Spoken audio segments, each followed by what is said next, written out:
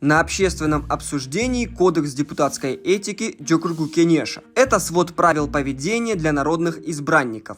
Сюда были заложены лучшие практики мировых парламентов Великобритании, США и стран Европейского Союза. Теперь этим правилам будут следовать и депутаты ЖК. Важным нововведением являются прописанные принципы. Например, парламентарии теперь должны быть образцом поведения и добросовестности. Также в кодексе четко прописано, что депутат обязан слушать своих коллег, даже если уже выступил сам. Это правило введено, поскольку зачастую парламентарии уходят из зала заседания после своей речи и, по сути, проявляют неуважение и к своим коллегам, и к избирателям. Также депутат теперь не сможет прикрываться частной жизнью, если его поведение порочит репутацию Джокургу Кенеша.